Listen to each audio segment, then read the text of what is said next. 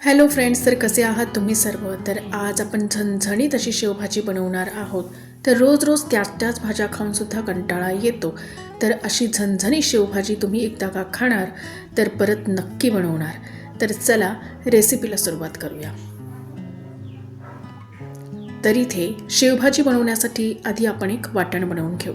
तर वाटण बनवण्यासाठी मी सुकं खोबरं किसून घेतलं आहे आणि 1 चमचा तीळ घेतलेत. तर आधी तव्यावरती आपण खोबरं भाजून घेणार आहोत. तर खोबरं भाजण्यासाठी आपल्याला यामध्ये तेल नाही घालायचं आहे, कारण खोबऱ्यामध्ये नॅचरली तेल असतं.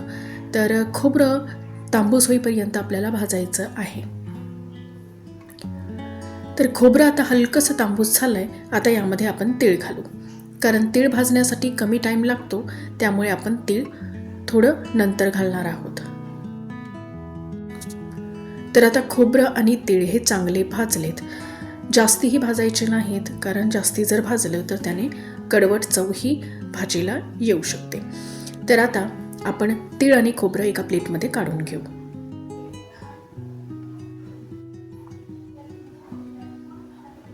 तर आता हे थंड होण्यासाठी ठेवू आणि तोपर्यंत आपण बाकीची तयारी करू. तर इथे 1 मीडियम साईजचा कांदा मी असा लांबसर चिरून घेतला आहे. 5-6 लसणाच्या पाकळ्या आणि अर्धा इंच अद्रकीचा तुकडा आहे, जो यामध्ये घातला आहे. तर आता तव्यावरती हे सर्व आपण चांगलं भाजून घेणार आहोत. तर चांगलं ब्राऊन होईपर्यंत आपल्याला हे सगळं काही भाजून घ्यायचं आहे.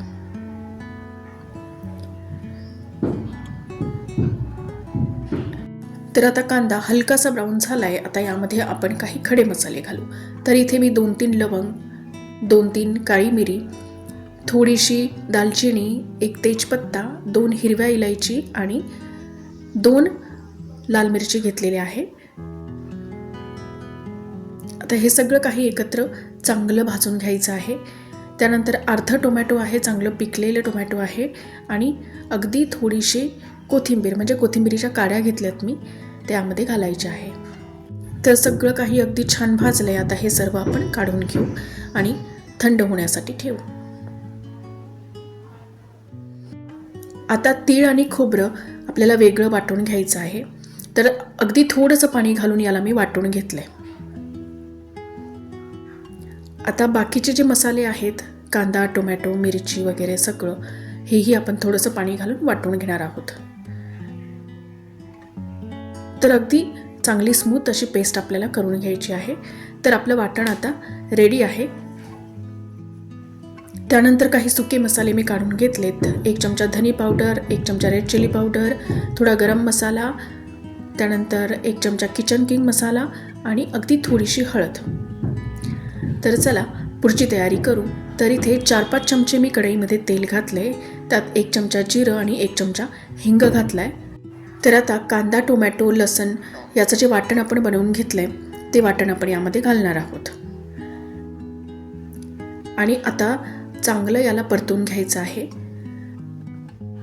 तर जेवढा चांगला आपण हा मसाला परतणार, तेवढी भाजीला छान अशी तरी येणार.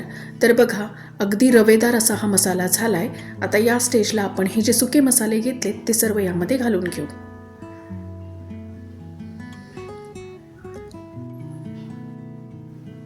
तर मसाले जळू नये म्हणून अगदी थोडंसं पाणी मी यामध्ये घालून घेतलंय. आणि आता सगळं काही आपल्याला छान असं परतून घ्यायचं आहे. तर मसाला अगदी चांगला दाणेदार होईपर्यंत आपल्याला परतायचं आहे.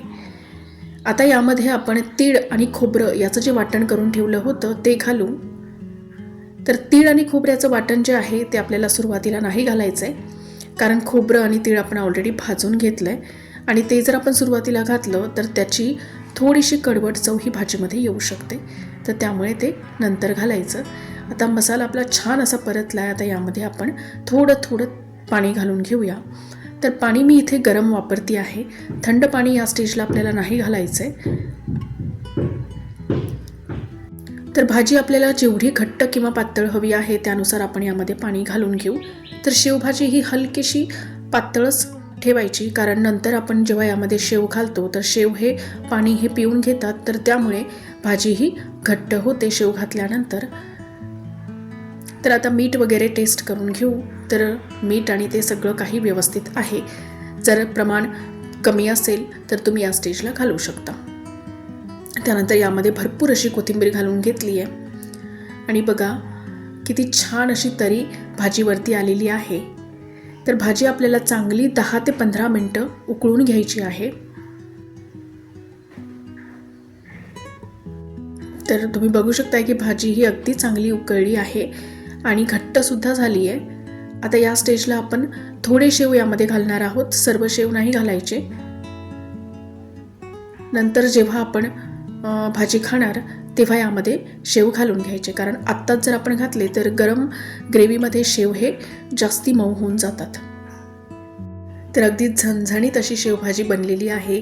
ही शेवभाजी तुम्ही पोळी, भाकरी किंवा राईस कशासोबत पण एन्जॉय करू शकता. अगदी टेस्टी लागते. जर रोज रोज त्याच भाज्या खाऊन कंटाळा आला असेल तर मस्ट ट्राय रेसिपी आहे. या पद्धतीने शेवभाजी तुम्ही नक्की बनवून बघा.